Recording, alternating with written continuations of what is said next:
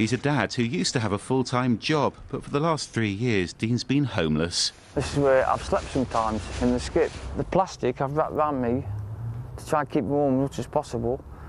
And then I've closed these. It was depression, drugs and debt that led Dean onto the streets. There's another quote here.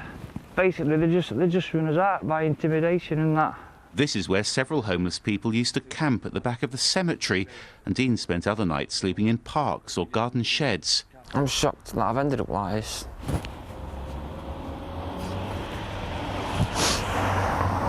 I ain't got a future.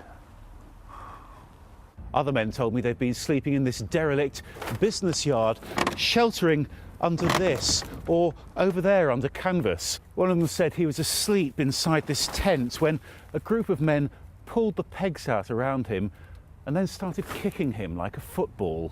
And this is penthouse, this. And they're all living in fear of what they call vigilantes. They just come and hit you. Beat up 3 or 4 times a month. Because you're homeless, people think, let's give him a crack. This should be the solution. Mansfield's first permanent night shelters cost £1.5 million, and these 15 new bedsits were due to open next spring. But they're run by a charity that's facing huge cuts in its council grant. We may find that a purpose-built, high-quality building simply lies empty while people sleep rough. They're not going to be able to enter the job market, they are going to be using mainstream public services, and it's going to be costing the public purse an awful lot of money. Under a ramp. There's an official count of rough sleepers, but no one knows how many are hiding away, out of sight, out of mind, and living like this. Well, Jeremy, let's talk about that brand new permanent shelter. I mean, surely that's not going to be allowed just to stand empty. We wouldn't think so, Anne, but Framework's boss does think that's a real possibility because this charity has to find the running costs, and a lot of its funding comes from grants that are likely to be slashed by the city and county councils, and that's likely to have a real impact here. So they're preparing for the worst now.